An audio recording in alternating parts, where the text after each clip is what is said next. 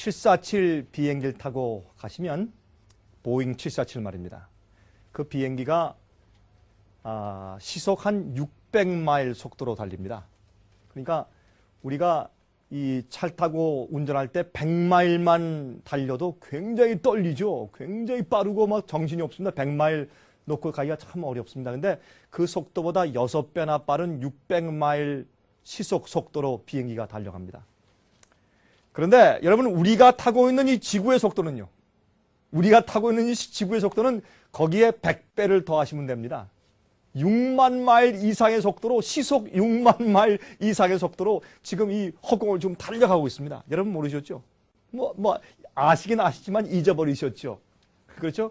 그래서 여러분들 하루 종일 일하시고 나면 조금 약간 좀 피곤하고 좀 비틀비틀 하십니까? 물론 이 지구가 그렇게 빨리 달려서 그런 건 아니지만 그렇게 지구가 빨리 달려가고 있어요. 그런데 하나님께서 얼마나 신묘막측하게 이 지구를 창조하셨는지 몰라요. 여러분 좀 보십시다. 사람들이 말이죠. 가끔 우리가 하늘을 보면서, 별을 보면서, 은하계를 보면서, 자, 하나님께서 과연 나를 돌보실까? 개인적으로 나에게 관심이 있으실까? 이렇게 여러분 보세요. 이 우주에서 조그만 우리가 속한 은하계, 우리 그렇게 한번 좀 생각해 보십시다.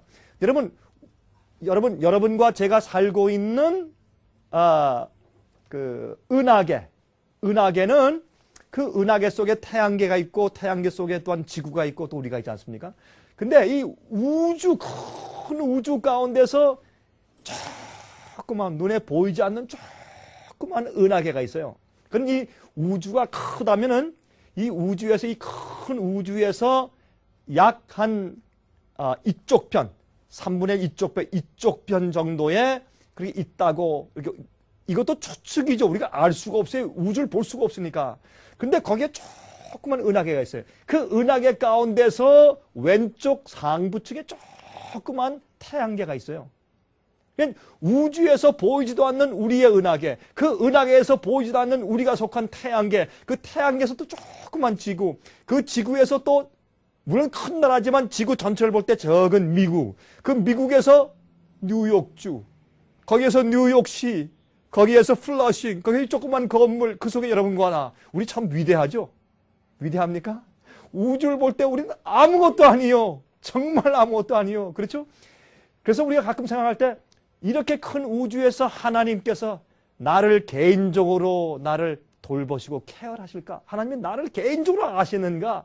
그런 생각을 우리가 가끔 하게 됩니다. 그러나 성경은 말씀하기를 하나님이 세상을 이처럼 사랑하사 독생자를 주셨으니, 그건 하나님께서 이 우주에서 가장 중요한 분인 삼위 하나님 가운데서 두 번째 하나님이신 예수님을 이 땅에 보내셨다. 이것은 둘 중에 하나예요. 이 말씀이 거짓말이든지 아니면 진짜든지 둘 중에 하나지, 그럴 수도 있고 안 그럴 수도 있고 뭐 이런 건 없어요. 그렇죠? 이건 사기든지 아니면 진짜든지 둘 중에 하나예요. 50% 50%예요. 맞습니까? 그런데 예수께서 이 땅에 오셔서 사신 모든 것을 보고 성경에 있는 모든 예언들과 모든 것을 보니까 그 사실이 틀림이 없어요. 만약에 말입니다. 어떤 사람이 말한 말이 99마디가 전부 다 진실이고 올바른 말이에요. 그러면 나머지 100번째 말까지 우리가 믿을 수가 있는 것입니다. 성경에 있는 모든 예언과 말씀과 모든 예수님의 행적과 성품과 모든 것이 너무나 진실되고 세상에 저렇게 아름다운 성품이 없다고 이해되고, 또 주께서 말씀하신 모든 것들이 다 성취되고, 여러분 예언이라고 하는 것은 성경 말씀이 옳구나, 그렇구나 그렇게 우리 마음 가운데 확신을 더해가면서 따라 나갈 수 있도록 주신 것이 예언이에요. 그래서 예언은 앞으로 어떻게 될 것이다 라는 것을 알려주는 것이 중요한 것보다는 그것이 성취되어 나가는 것을, 과거를 보고 현재 성취되어 나가는 것을 보면서 우리 마음 가운데 주의 말씀이 확실하구나. 그래서 우리가 예언을 이해할 때 우리 마음 가운데 약해지고 또 뒤로 물러가려고 했던 신앙이 다시 솟구치는 경험을 하게 되는 것이에요. 그래서 우리가 이런 말씀들을 보면서 예수님이 틀림없는 분이고, 주님의 모든 말씀은 주님께서는 거짓말 하실 수 없는 분이요, 주께서 말씀하신 모든 말씀은 진리요, 주님의 말씀에 능력이 있어서 그 말씀으로 세상을 창조하시고 이런 모든 것을 미루어 보아서 하나님이 이 땅에 오셔서 우리들을 위해 십자가에 돌아가신 것이 너무나 분명한 사실이요. 그리고 예수께서 말씀하기를 예수님께서 이 땅에 계실 때 저기 야곱의 운물가에 있는 한 여인을 찾아서 주님께서 배고프시지만 너무 배고프시니까 제자들이 어떻게 먹을 것을 사러 갔지 않습니까? 예수님이 그렇게 배고프시고 힘드셨지만은 곧장 가지 않고 아니다. 오늘은 저 사마리아 길로 둘러서 가겠다. 그래서 그쪽으로 길을 틀어서 둘러 가시면서 야곱의 운물가에 가서 앉아 계신 것은 바로 그 정오 그 시간에 한 여인이 마음의 괴로움을 가지고 어디에 용서가 있을까? 어디에 구세주가 있고 어디에 구원이 있을까? 내가 성전에 가도 마음 가운데 흡족함이 없고 그 찾는 남들의 시선 때문에 마음이 괴롭고 한 여인이 올 것을 미리 아시고 우주를 창조하신 그 창조주께서 그 여인 한 명을 만나기 위해서 오셨단 말이에요. 안 그렇습니까? 여러분 그 사실 믿으시죠? 그러므로 우리가 어떤 때는 우리가 이 지구상과 우주를 보면서 하나님이 과연 나를 정말 케어하실까? 라는 그런 생각을 혹시 하게 되는 것입니다. 그러나 기억하십시오. 하나님은 이 우주를 크게 창조하셨지만 작은 우주, 소우주. 여러분 물방울 하나를 떨어뜨리고 현미경에 놓고서 보세요. 물방울 속에 얼마나 엄청난 것들이 들어있는가.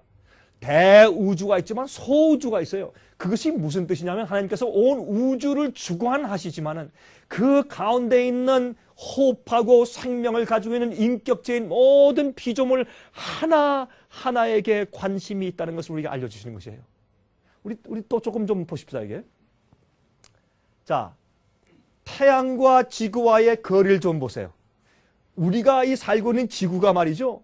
무슨 이 태양과 이 지구 사이에 무슨 뭐 눈에 보이는 큰 쇠사슬 무슨 줄이 있는 것도 아니에요.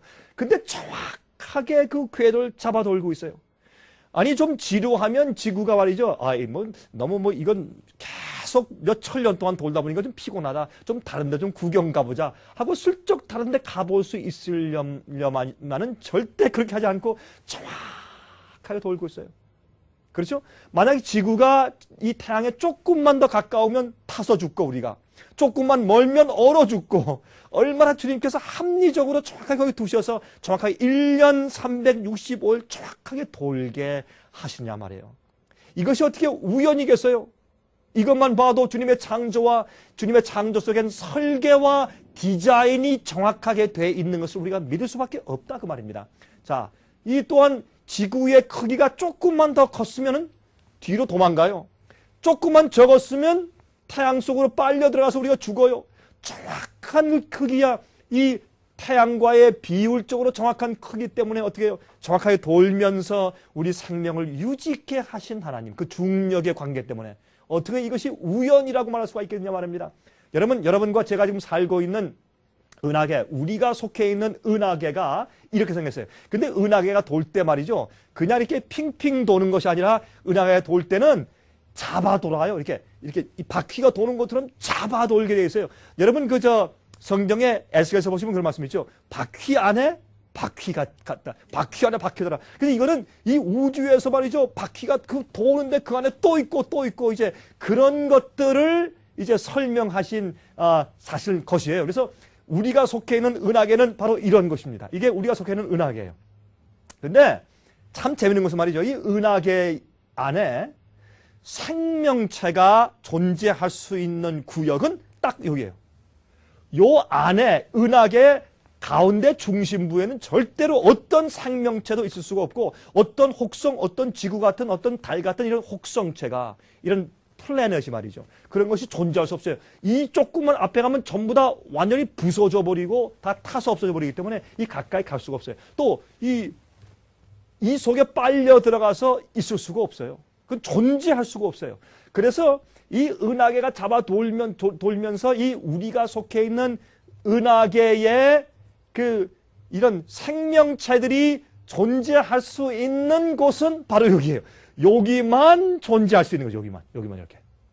참 흥미있어요. 근데 이 존재할 수 있는데 그러면 우리 지구가 말이죠. 이 은하계가 이렇게 잡아 돌고 있는데 이 은하계에서 요 부분 안에 존재하고 여기서 우리 태양계가 돌면서 우리 지구가 있어야 살 수 있어요. 안 그러면 우리 태양계 자체가 없어져 버려요.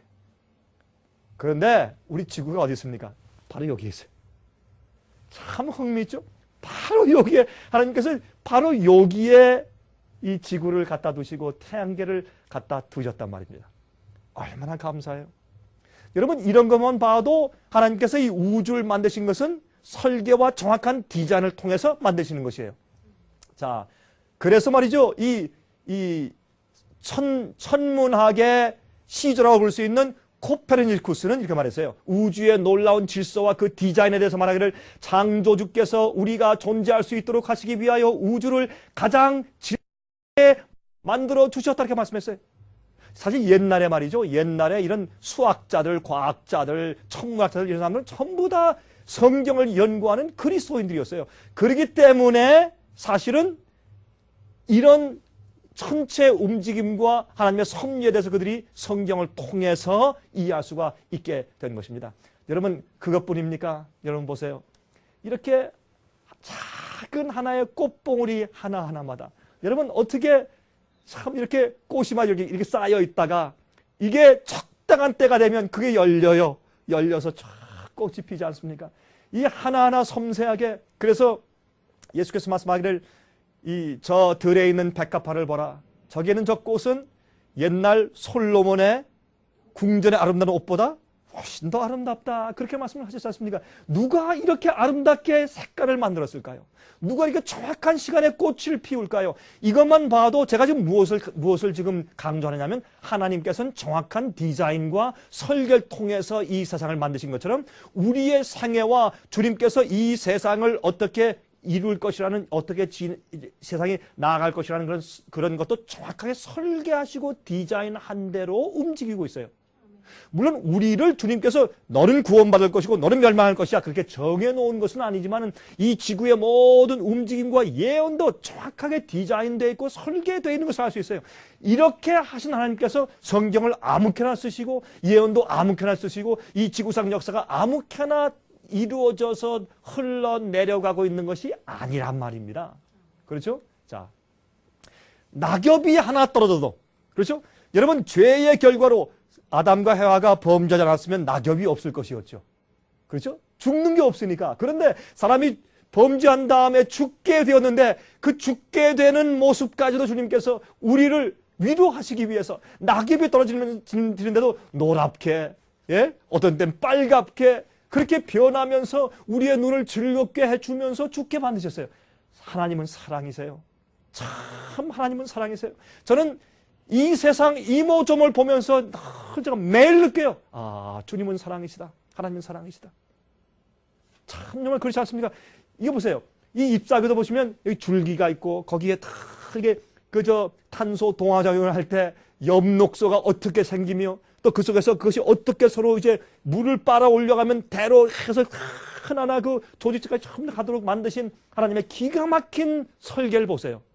우연이 없어요. 여러분 생애도 우연이 없어요. 제가 믿는 것은 여러분 우리가요 이곳에 여러분과 제가 이렇게 오늘 만나서 이런 말씀을 나누는 것도 이것은 우연이 아닙니다. 성령의 은혜라고 저는 생각을 해요. 자, 베드로후서 1장 15절부터 19절까지 말씀하기를 내가 힘써 너희로 하여금 나의 떠난 후에라도 필요할 때는 이런 것을 생각나게 하려 하노라. 우리 주 예수 그리스도의 능력과 강림하심을 너에게 알게 한 것이 공교히 만든 이야기를 쫓은 것이 아니요 우리는 그의 크신 위엄을 친히 본 자라. 여러분 여기 베드로가 너희가 지금 우리의 진리와 말씀을 들었지 이것은 그냥 사람이 공교하게 이렇게 우연히 만든 것이 아니야. 내가 직접 보았다. 내가 예수님의 십자가에 돌아가심을 보았고 그분의 기적을 행하심을 보았고 그분의 부활을 보았고 그분이 승천에 올라가시는 것을 내가 직접 목격한 자야. 예? 성경은 말하기를 예수님께서 감람산 위에서 승천에서 올라가실 때 예수님의 부활을 목격하고 예수님의 승천을 목격한 자가 500여 명이 된다고 그렇게 설명했어요. 그렇죠? 그러므로 여러분 이런 것을 보아도 사실 누가 거짓말을 위해서 순교할 사람이 없어요. 누가 거짓말을 위해서 자기 생명을 바치겠어요. 엄청난 말씀을 지금 여기 하고 있는 것입니다. 예수 그리스도의 능력과 강림하심을 이렇게 말씀을 했어요. 근데 보세요. 지극히 큰 영광 중에서 이러한 소리가 그에게 나기를 이는 내 사랑하는 아들이요 내 기뻐하는 자라 하실 때 저가 하나님 아버지께 존귀와 영광을 받으셨느니라. 예수님께서 침례받고 올라오실 때, 또 예수님께서 변화산에서 변화되셨을 때, 그때 하나님 아버지께서 하늘로부터 말씀하신 음성까지 그가 들었다 그 말이에요. 그런데 그 말씀을 하는 베드로가 이렇게 말해요. 한번 잘 들어보세요. 이 소리는 우리가 저와 함께 거룩한 산에 있을 때 하늘로서 나옴을 들은 것이라. 자 보세요. 그러므로 지금 뭘 말하고 있어요 베드로가? 내가 지금 너에게 말해주는 것은 확실한 것이다. 이것은 내 생명을 두고 내 삶을 두고 내가 너에게 맹세하는데 이것은 확실한 것이고 내가 직접 목격하고 보았다. 그러면서 이렇게 말을 해요. 또 우리에게 더 확실한 예언이 있어. 아, 이건 중요해요. 우리 가끔 이런 생각을 하죠.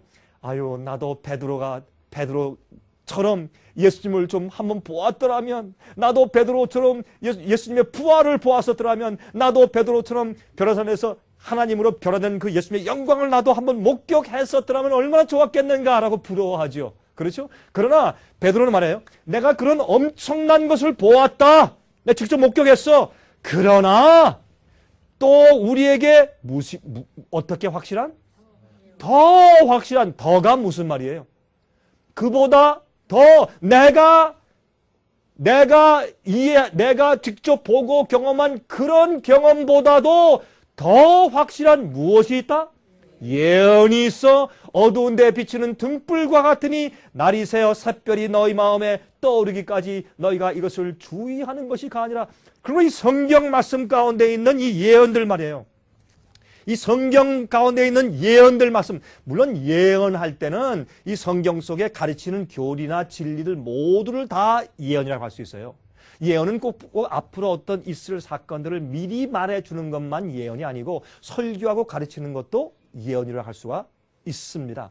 그러나 특별히 여기에 있는 말씀 보면 장차될 일에 대한 예언을 특별히 여기에 관심을 두고 말씀하신 것을 알 수 있어요. 그런데 보세요. 그래서 우리에게 더 확실한 예언이 있어요. 어디에? 성경에. 그러므로 만약 너희가 이 예언을 어두운 데서 비치는 환한 등불과 같으니까 그 예언을 또 공부하고 상고해서 너희 마음속에서 어두움에서 밝은 샛별 같은 빛이 확 비치게 할 때까지 성경을 연구하고 깨달으면 그것은 내가 직접 예수를 보고 들은 그것보다도 더 확실한 예언이다.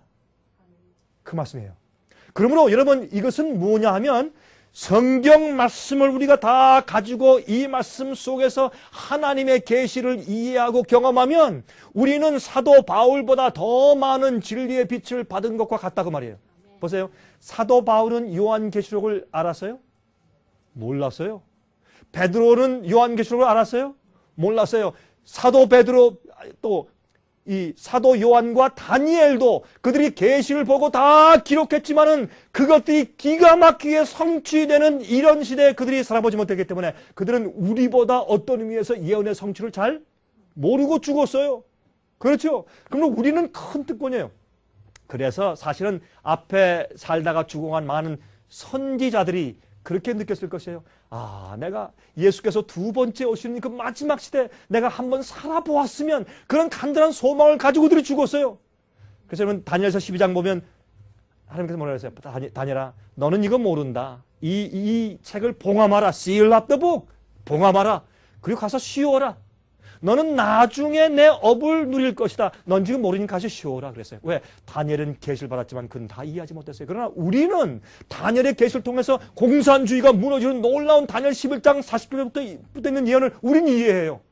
공산주의에 무너지는 사건이 다니엘서 11장에 있어요. 이런 모든 사건들을 또 요한계시록에 있는 엄청난 사건들을 갖다가 우리는 지금 보면서 야, 세상에 참 두렵다. 이 성경 말씀이 이렇게 문자 그대로 이루어지고 있는가 하고 놀라는 시대에 살고 있기 때문에 우리는 어떤 의미에서 선지자들이 이렇게 말씀을 보고 예언한 것보다 더 많은 빛을 받은 시대에 살고 있는 것이에요. 사도 요한이 계시 가운데 보았습니다. 계시 가운데 보니까 무엇이 있는가 하면 계시록의 예언의 흐름을 그가 보게 되었어요. 자, 지금 제가 간단하게 계시록의 예언의 흐름의 구조를 잠깐 설명을 드릴게요. 오늘은요, 제가 설명드리는 것이 조금 어려울지 몰라요. 제가 7 나팔의 순서를 설명을 드릴 텐데 제가 이것을 설명을 드릴 때 한 3시간, 4시간 계속해서 설명을 드릴 수 있다면은 그러면은 제가 1부, 2부, 3부, 4부 이렇게 한다면 여러분에게 좀 자세할 수 있지만은 제가 1시간 동안 줄여서 설명을 드려야 되니까 좀 빨리 지나가야 되니까 여러분들이 좀 어렵게 느껴질지 모르겠어요. 우리 여기 계신 우리 어머님 같으신 분들은 제가 한 4시간 동안 하면 그냥 잠이 와서 못 견디실 거예요. 그렇죠? 제가 그래서 짧게 줄여서 말씀드려야 할 텐데, 그러나 이 말씀은 굉장히 중요한데 제가 줄거리를 아주 강조하면서 말씀을 드릴게요. 여러분들이 제가 설명하는 자세한 것들을 다 이해 못할지라도 나중에 이 탭을 또 듣고 또 들으세요. 그리고 나중에 우리 책자를 계속 보시면 나중에 그게 그때 강 목사가 말하는 것이 이런 뜻이었구나. 그럴 때가 와요. 그러니까 이제 여러분께서 오늘 인내하고 들으시는데 제가 이제 계시록의 구조를 설명드릴 것이에요. 자, 계시록은 어떤 구조를 가지고 있느냐? 3이란 숫자에서 12이란 숫자로 가는 구조를 가지고 있어요.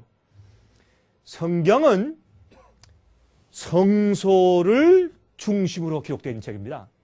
성소는 성소뜰이 있고 성소가 있고 또 뭐가 있어요? 마지막에?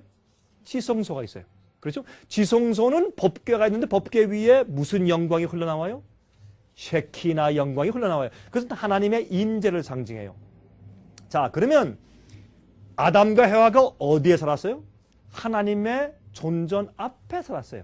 에덴 동산에서. 그때는 죄가 없었어요. 그러니까 그때는 어떤 의미에서 지성소에 살았다라고 말해도 과언이 아니에요. 하나님 앞에 살았어요. 그 영광 앞에 살았으니까. 그 영광 앞에 살면서 주님 오면 하나님 가지 마세요. 더 있다 가세요. 이렇게 할 정도로 죄가 없었으니까. 그런데 범죄하니까 하나님 앞에서 더 이상 살 수가 없으니까 쫓겨났어요. 쫓겨나서 우리가 예수 그리스도의 십자가의 피를 의지해서 어린 양을 끌고 가는 것으로 상징됐죠. 성소 제도에. 예수님을 의지하고 어디로 나가는 거예요? 하나님의 앞으로 다시 나아가는 과정이에요. 그래서 창세기는 우리가 하나님의 앞에서 쫓겨난 데부터 출발을 하고 거기서 하나님께 우리 타락한 인류가 되돌아가는 역사를 기록한 것이 성경이에요. 그러다가 맨 마지막에 요한계시록 보면 요한계시록 1장에 보면 예수님을 계시 가운데 보는데 예수님이 어디 있어요?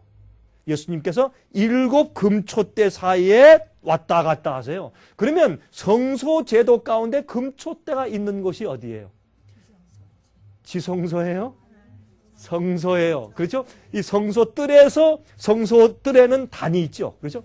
번제 단이 있고 그다음에 그 다음에 이제 휘장을 걷고 들어가면 성소 안에 들어가면 거기 금초대가 있고 금떡상이 있고 그다음에 그 분향단이 있잖아요. 그러니까 다시 말해서 예수님이 어디 계신 거예요? 지금 성소에 계신 거예요. 왜? 예수님이 이 땅에 오셔서 십자가에 돌아가신 것은 성소 뜰의 그 제사로 상징되었어요. 예수님이 돌아가시고 부활하시고 하늘에 승천하신 다음부터는 AD 31년도에 하늘에 승천하신 다음부터는 하늘에 올라가서 우리를 위해서 대신 중보하시는 대제사장으로 일하고 계세요. 우리를 중보하세요. 그러므로 예수님이 하늘 성소에 들어가셨다고 우리가 이해해야 돼요. 그러니까 성소뜰, 성소, 지성소는 예수님께서 우리를 구원하기 위해서 역사하시는 예수님의 사역의 단계들을 설명하고 있는 것이에요. 자, 그렇기 때문에 그러므로 이 모든 것을 보면 마지막에 요한계시록 끝에 가서 보면 내가 보니 하늘에 성소가 더 이상 없더라 그런 말씀이 나와요. 왜 성소가 없어요? 죄를 전부 다 없애버렸으니까. 죄의 문제를 해결해버렸어. 어떻게? 죄 용서받은 사람들의 죄를 다 도말해서 없애고 죄를 이 우주에서 없애버렸어요. 하나님께서. 마귀도 없애버리고. 그러니까 더 이상 뭐가 필요 없어요? 성소가 필요 없어요. 그래서 이 성경은 성소의 흐름을 토대로 해서 쓴 책이에요. 그리고 또 요한계시록은 3이라는 숫자에서 12로 가는 흐름이에요. 이게 뭐냐? 3이라고 하는 것은 하나님이 세 분 아니에요. 그래서 하나님을 갖다가 우리가 여호와께서 말씀하기를 여호와 할 때 여호와라고 쓸 때 여러분 이 구약 성경에는 꼭 복수 호칭으로 써요. 여호와를 단수로 쓰지 않고 복수로 써요.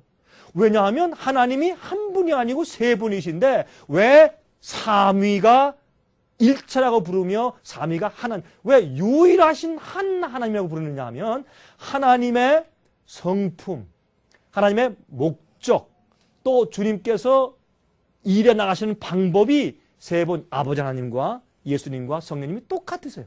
그러니까 하나님을 봐도 예수님 본 것과 똑같고 예수님을 봐도 아버지를 본 것과 똑같아요. 그래서 예수께서 말씀하기를 나를 본 자는 곧 내 아버지를 보았느니라 그렇게 말씀을 한 것이에요. 그 세 분의 성품과 의도와 일하심이 똑같기 때문에 세 분을 한 분이라고 보는 것이지 그러나 개체는 세 분이에요. 그래서 셋은 여러분 보세요. 사람 인자 이렇게 사람 인자 한문을 쓰죠. 이렇게 사람 인자는 두 사람이 서로 의지하고 기대고 있을 때 드디어 사람 되는 것이에요. 예? 혼자 살면 어떤 때 혼자 살면 정말 인간다움이 뭔지를 조금 덜 알 수가 있어요. 그러니까 결혼하고 나니까 어때요? 서로 의지하면서 사람됨을 훨씬 더 이해하게 되죠. 그래서 이제 이 사람은 의지하고 있어야 돼요. 근데 하나님은 완전한 연합을 상징해요. 여러분, 뭘 세울 때 이렇게 하면 절대로 쓰러지지 세워질 수가 없어요. 그러나 이렇게 되는데 하나를 더 받치면 서요. 그래서 셋은 완전한 연합을 상징하는 가장 기본 숫자예요. 그래서 삼위일체 하나님의 그래서 물론 삼위일체란 말보다 세 분이신 하나님 그 말이 더 좋죠. 그래서 이 삼위일체란 마음 가운데는 하나님은 세 분인데 몸은 하나다. 몸 하나 속에 하나님이 세 분이 들어가 있다. 그런 표현이 들어있기 때문에 삼위일체란 말보다 세 분이신 하나님 그게 더 좋은 말이 되겠어요. 그래서 세 분 하나님이 있는데 그분이 12를 만들어나가는 과정이에요. 보세요. 계시록 1장 4절 5절 보세요. 요한은 아시아에 있는 7 교회에 편지하노니 이제도 계시고 전에도 계시고 장차 오실 이와 이분이 누구예요? 예수님이죠. 그렇죠? 예수님인 것 같죠? 그렇죠? 적어도 예수님처럼 느껴지시죠? 우리 조금만 더 읽어보십시다. 그래서 성경을 이렇게 자세하게 읽어야 돼요. 그냥 쭉쭉 지나가면 안 돼. 자세하게 읽어야 돼. 자, 이제도 계시고 전에도 계시고 장차 오실 이와 그 보좌 앞에 7영과 7영은 어떤 하나님을 상징하는 말일까요? 7영. 성령님이죠. 물론. 그렇죠? 성령님. 그러니까 자, 예수님과 우리 예수님을 이해하십시다. 예수님과 성령님과 또 충성된 증인으로 죽은 자들 가운데서 먼저 나시고 땅의 임금들의 머리가 되신 누구요? 예수 그리스도로 말미암아 은혜와 평강이 너에게 있기를 원하노라. 이게 인사말인데 그럼 인사말을 이렇게 한다고 하십시다. 내가 너희를 예수의 이름과 성령의 이름과 예수의 이름으로 문안한다. 그러면 앞뒤가 맞아요? 안 맞아요? 안 맞죠? 이게 예수님의 이름을 반복하는 것이죠. 그러니까 이 뜻은 뭐예요? 하나님 아버지예요.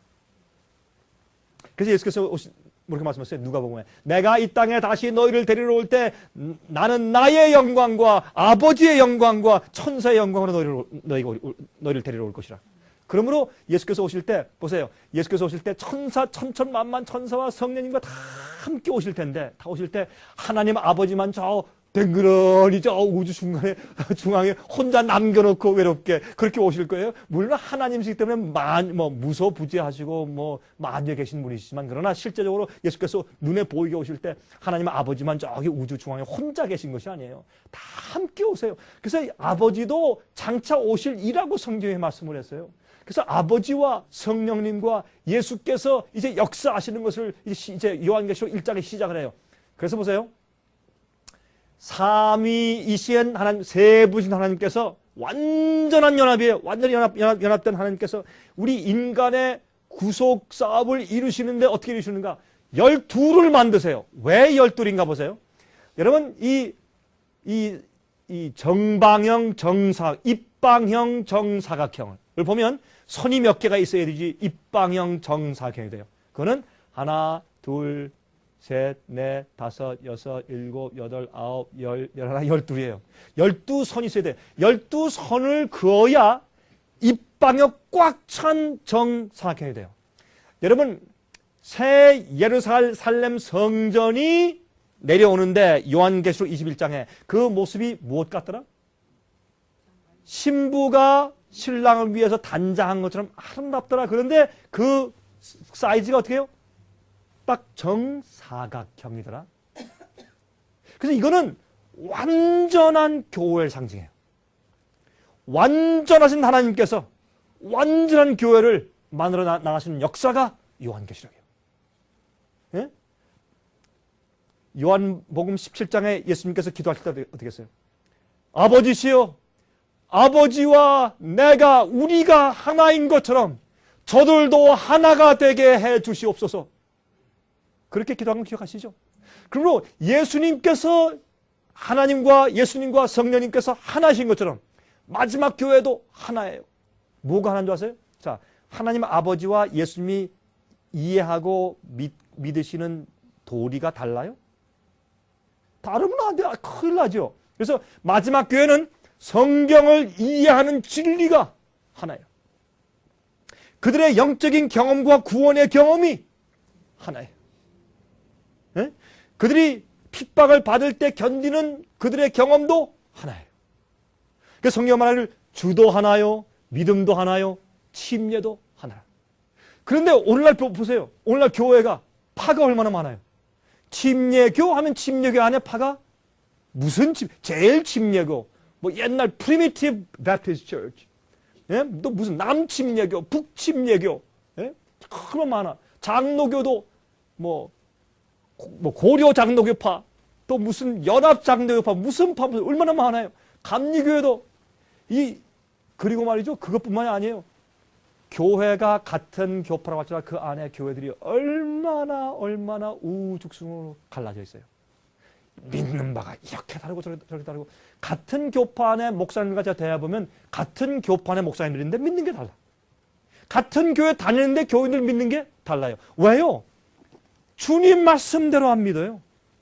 누구 말대로 믿어요? 신학자의 가르침, 목사의 가르침, 누구 가르침, 그렇게 믿어요. 그래서 이게 너무너무 갈라져 있는 것을 볼 수 있어요. 그래서 우리가 예수의 성품을 닮은 것도 하나가 돼야 되고, 성경을 이해하는 것도 하나가 돼야 되고, 영적인 경험도 하나가 돼야 되고, 그건 가능한 것이에요.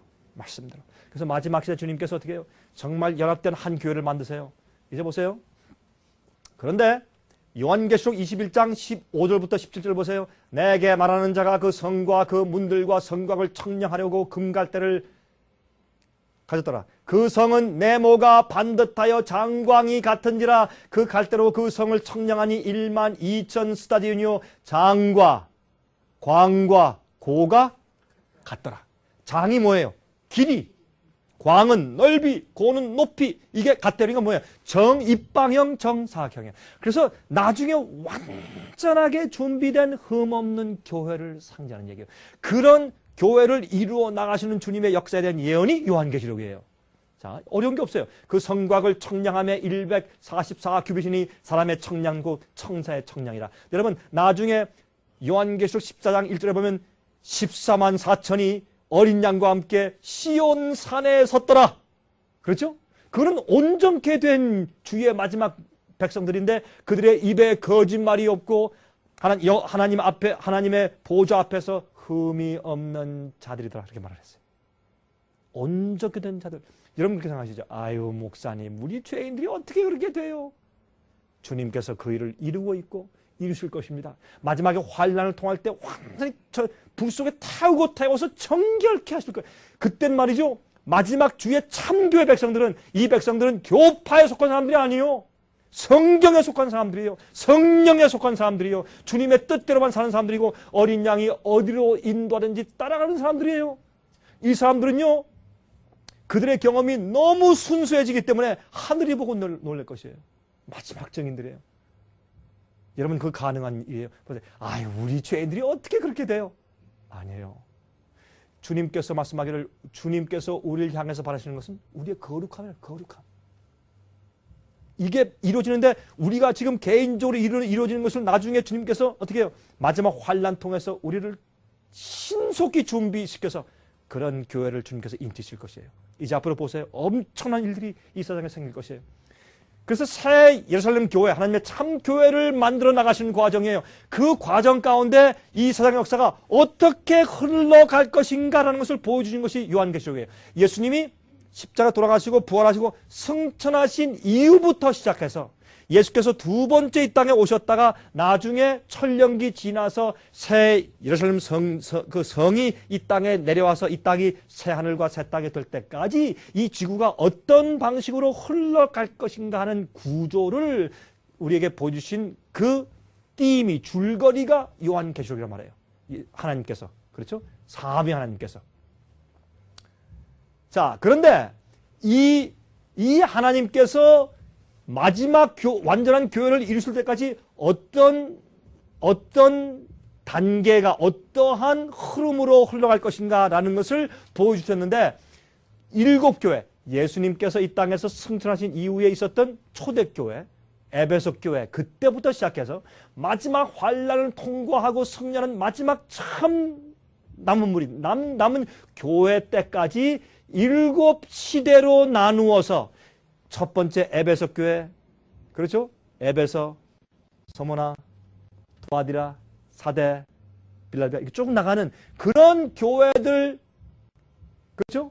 그런 교회들이 7시대로 어떤 상태로 흘러갈 것인가라는 것을 미리 보여주시고, 두 번째, 7인의 시대를 보여주시고, 그 다음에 7나팔을 보여줬어요. 셋은 3이라는 숫자는 완전한 연합을 상징하고, 7이라는 숫자는 완전을 상징해요. 다시 말해서 더 이상 하나님께서 어떤 일을 더 이상 하실 수 더 이상 없을 때까지 끝까지 갈 때까지 가신 거예요. 끝까지 갈 때까지 가고 주님께서 하실 수 있는 모든 일을 다 이루셨다. 다 하셨다. 그게 7이에요. 그런데 나중에 그래서 완성된 12는 완성된 숫자예요. 완성된 교회를 주님께서 이루셨다. 그것이 요한계시록이에요. 그러면 7교회와 7인과 7나팔은 말이죠. 같은 7시대를 거쳐서 흐르는 예언들이에요. 예수님의 승천 이후부터 예수님의 재림 때까지 7시대들을 약 2000년 정도의 역사를 줄거리로 설명해 주신 것이 이 예언들입니다. 그럼 보십시다. 세 줄이 지나가요. 예수님의 부활 승천 시대부터 이 세상 역사가 끝마치는 그 시대, 다시 예수님께서 이 지구의 왕이 되시고 거룩한 의인들만 살게 되는 이 지구가 회복되는 그 때까지 어떻게 해요? 똑같은 세 개의 흐름이 있는데 제일 첫 번째는 뭐예요? 7교회의 흐름이 있어요. 교회들 안에 교회가 영적으로 어떤 상태로 7시대를 지날 것이다. 교회 안의 상태를 미리 예언을 보여줘요. 제일 처음에 교회는 순교한 교회예요. 두 번째 사람들이 핍박당해서 많이 순교자가 죽는 교회예요. 세 번째는 타락한 교회예요. 나중에 네 번째 더 타락해요. 나중에 사람들이 다 죽었어요. 나중에 종교개혁 시대가 일어나요. 부흥이 생겨요. 이렇게 마지막 우리 교회는 라오디가 교회. 라오디가 교회는 어떻게 해요? 7교회 가운데 가장 못됐어. 우리 시대가. 그렇죠? 가장 못됐어. 왜 못됐어요? 차라리 뜨거우면 뜨겁고 믿으려면 믿고 안 믿으려면 차든지 안 믿든지 이건 믿는 것도 아니고 안 믿는 것도 아니고 그래서 항상 세상에 혼돈함이 꽉 차 있는 라오디가 교회 시대예요. 그 7교회 시대까지 그 각각 시대마다 교회가 어떤 상태일 것인가 라는 것을 설명한 것이 7교회고 7인은 무엇이냐면 그 7교회에 주님께서 교회를 어떻게 판단하시는가를 보여주신 예언이에요. 인은 도장을 친다. 그건 무슨 말이에요? 도장을 치면 그거는 내 거다 그런 말이에요. 그 도장은 심판이에요. 재판장에 가서 어떻게 해요? 다 언돈. 이렇다. 다 들었으니까 내 언돈 이렇다고 판사가 언돈하면 반드시 뭐래야 돼? 도장을 치. 한국에서는 도장을 딱 판사가 도장을 치는데 미국에서는 뭐예요? 언도장에 판사가 사인을 해. 사인은 없으면 무효요. 도장은 심판을 상징하고 그것이 내 소유다라는 것을 상징해요. 그렇죠? 우리가 어떤 책이 있으면 그 책 뒤에다 우리 이름을 쓰고 사인해놔요. 이건 내 책이야. 그런 거죠. 그렇죠? 그 다음에 7나팔인데 7나팔은 뭐냐? 이 교회가 그렇게 흘러나갈 때 교회 안에 주님께서 심판하시는 과정에 이 세상에서는 그 시대마다 에베소 시대에는 이 세상에 교회 안 말고 교회 밖에 어떤 일이 생기느냐? 나팔은 어떤 때 불어요? 전쟁할 때 나팔을 불죠. 예? 어떻게 공격, 후퇴, 깨라. 이 나팔은 군대하고 상관이 있는 것이에요. 그래서 이 나팔 7나팔은 앞으로 오는 일들 전쟁을 경고하기 위해서 부른 것이기 때문에 그러므로 교회들이 7시대를 지나가는 동안에 세상에서는 어떠한 전쟁들이 어떻게 그 시대마다 7시대마다 일어나게 되는 것인가라는 것을 예언해 준 것이 7나팔이에요. 근데 어떤 사람들이 이걸 풀 때 말이죠. 7교회 시대 다음에 7인 시대가 있고 7나팔 시대가 또 있고 이렇게 해버리면 참 곤란해져요. 이건 똑같이 흘러가는 평행선을 흘러가는 그 똑같은 시대인데 이 예언을 주신 각도가 달라요. 자, 오늘은 제가 7 나팔에 대해서 좀 짤막하게 설명을 드려요. 이거 길게 설명하면 여러분들이 야, 이거 좀 힘들다. 저게 무슨 말이냐. 그렇게 할 수 있기 때문에 자, 빨리 짧게 설명해야 여러분들이 줄거리를 할 수 있어요. 자세한 건 몰라도 줄거리가 이해돼요. 그래야 여러분들이 개인적으로 앞으로 듣거나 뭘 읽거나 성경을 보실 때도 아, 그런 말이구나 하고 이해가 되세요. 근데요, 이거는 어떤 의미에서 참 쉽고 우리가 다 교인들이라는 것은 다 알고 있어야 할 텐데 죄송합니다. 이렇게 얘기하면 목사님들이 기분 나쁘시겠지. 교회에서 너무나 안 가르치고 너무나 엉뚱한 걸 가르치고 또 어떤 때 말이죠. 설교할 때 어떤 분들 보면 설교할 때 성경 한 절만 하나 딱 읽고 딴 얘기만 한 시간 내내 웃기는 농담하고 이 개그맨보다 더 웃겨요. 저는. 그렇죠? 한국에 얼마나 웃기는지 또 자매는 시사 얘기하고 이런 옛날 얘기하고 이런 얘기 저런 얘기 큰 재밌게 한 다음에 예수의 이름으로 축원합니다. 그러면 아멘. 내가 오늘 설교 잘 들었다. 교회 나가자마자 다 잊어버리다. 오늘 무슨 말씀 들었나?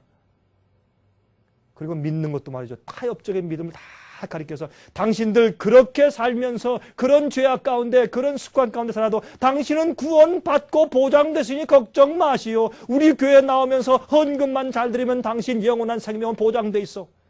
그렇게 믿게 가르치고 가짜 가르칩니다. 그렇죠? 여러분, 그래서 그러므로 성경에 있는 진짜 중요한 것들을 가르쳐 놓지 않았기 때문에 제가 이런 강의하고 다니면 많은 사람들이 그래요.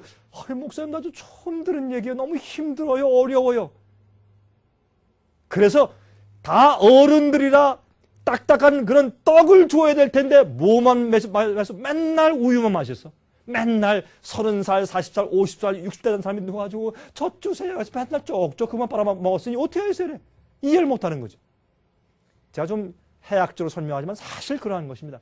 그래서 7교회 예언은 말이죠. 교회의 영적인 상태의 흐름에 대한 예언이고 7인의 예언은 각 시대 교회에 대한 하나님의 심판을 예언하는 것이고 7 나팔의 예언은 이 세상 나라들이 그 시대마다 어떤 일이 진행되어 갔느냐, 교회가 어떤 상태에 흘러갈 때 세상에서는 어떤 전이냐, 이것을 우리에게 설명해 주는 그 예언들이에요.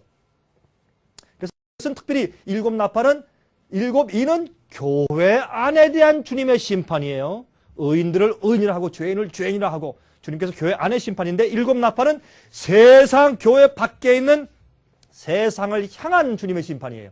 그렇게 이해하시면 쉽겠어요. 특히 누굴 심판하는가 하면 배도한 교회를 지지하는 세상의 정치 세력을 주님께서 심판하시는 거예요.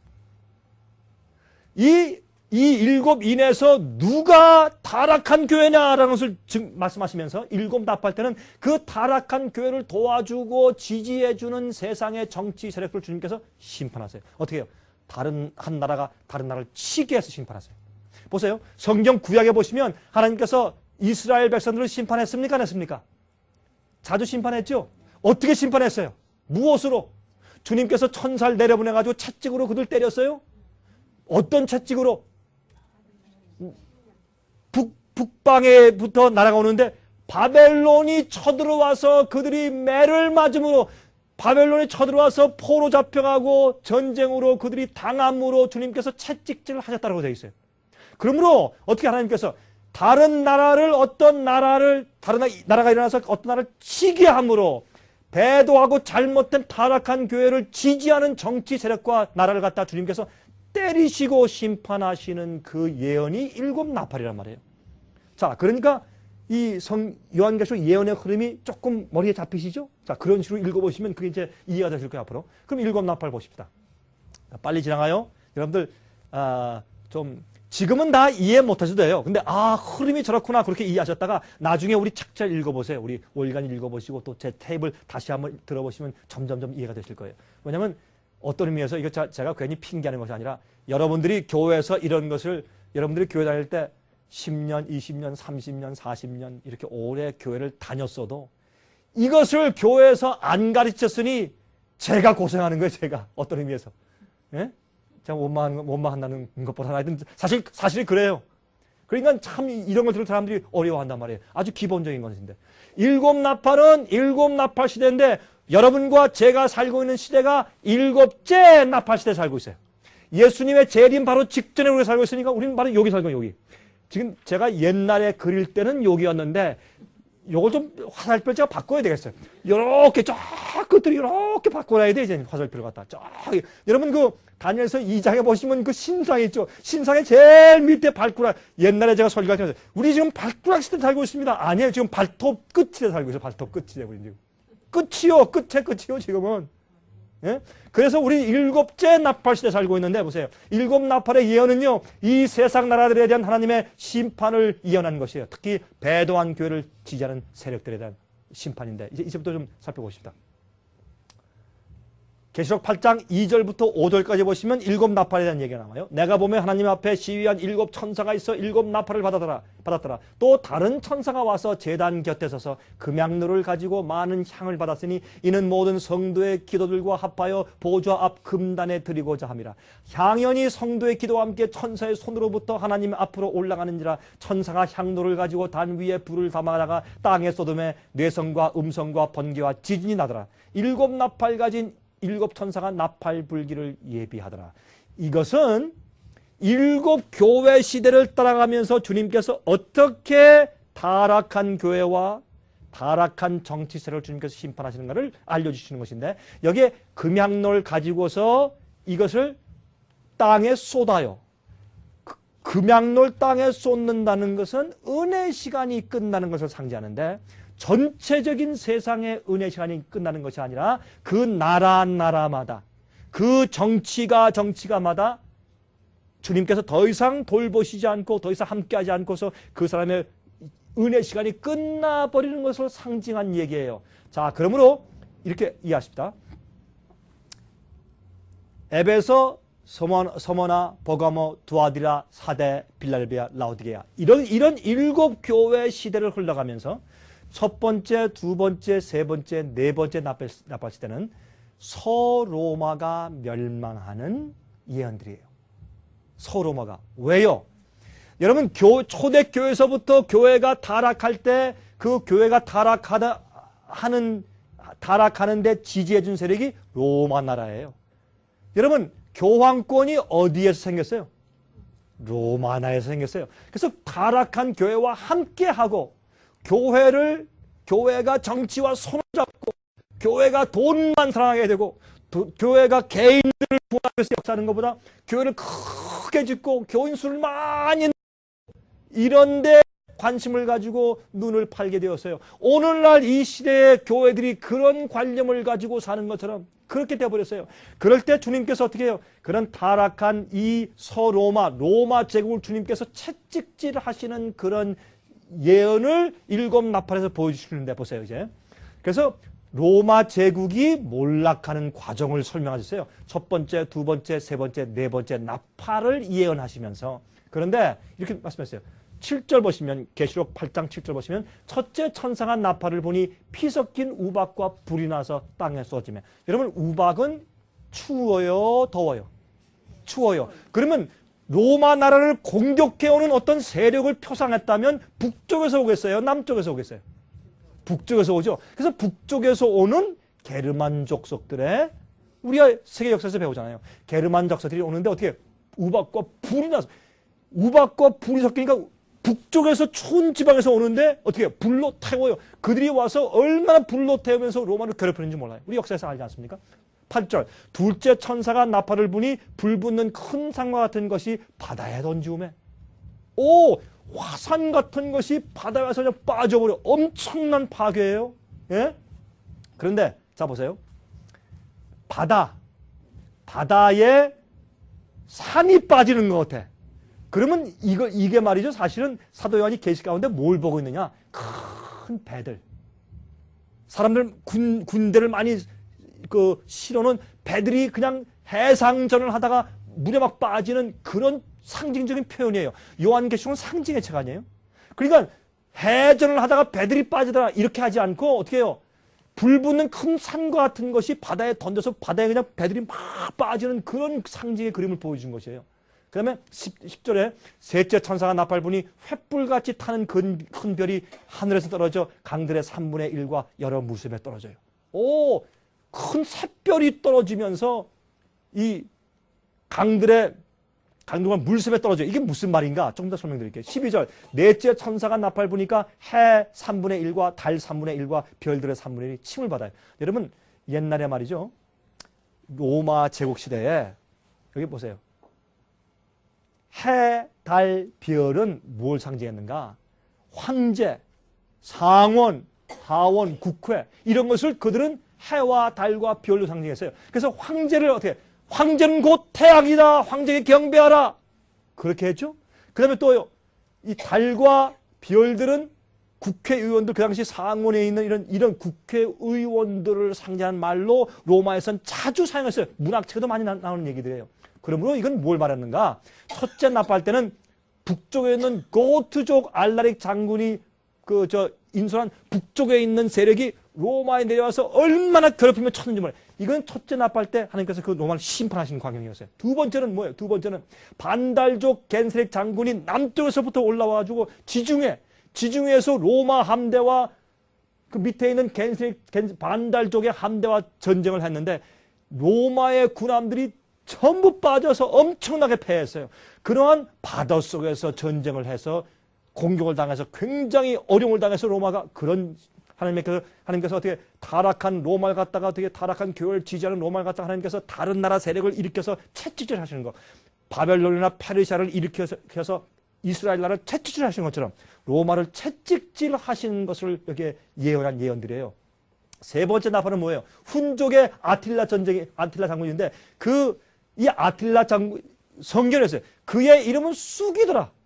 여러분 세 번째 나팔 보면 그의 이름은 쑥이더라 이렇게 나옵니다.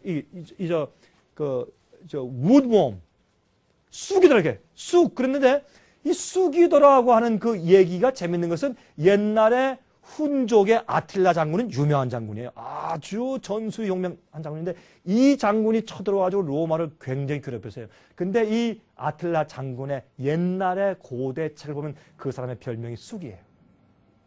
왜 쑥이에요? 먹으면 써. 그래서 그 사람만 지나가면 써요. 너무너무 사람들을 죽이고 너무나 그 파멸을 시키기 때문에 써요. 그래서 쑥이에요. 그래서 이렇게 한 것만 봐도 하나님께서 로마를 주님께서 채찍질 하시는 예언들이구나. 그래서 이게 좀 이렇게 보니 사람들이 이게 무슨 말이야. 산이 떨어져 바다에 빠진다. 이게 도대체 무슨 뜻이야. 별이 떨어져. 이 아틸라 장군은 별 같은 혜성 같은 존재라고 했어요. 혜성 같은 존재로 나타나서 많은 사람을 쳤다. 그런데 그의 이름이 쑥이다. 이렇게 얘기를 했어요. 그래서 이것만 봐도 셋째 천사의 나팔인 것을 우리가 알 수 있단 말이에요. 네 번째 천사 훈족의 오도아셀 장군이 쳐서 이렇게만 이해하시고 나중에 역사책을 조금 보시면 이해가 되실 텐데 역사책을 못 보시더라도 이렇게 이어나가는 것이나 그렇게만 이해해도 오늘 큰 걸 배우신 것이 자세한 역사를 모르시더라도 그렇게만 배우신 거예요. 자, 근데 그 다음부터가 문제예요. 이렇게 첫째부터 둘째, 셋째, 넷째 나팔은 이렇게 로마 제국을 주님께서 채찍질하시고 심판하시는 것인데 그 다음에 다섯째, 여섯째, 일곱째 나팔이 문제이죠. 요거는 그렇게 이해하시고 지나가고 다섯째, 여섯째, 일곱째 나팔 중요해요. 우리에게 여러분과 저에게 실제 지금 적용되는 것이기 때문에 보십시다. 이제 이 세 나팔을 세 화들이라고 해요.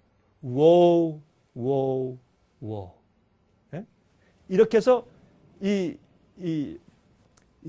세 가지 화라고 세 가지 화. 그게 무슨 뜻인가?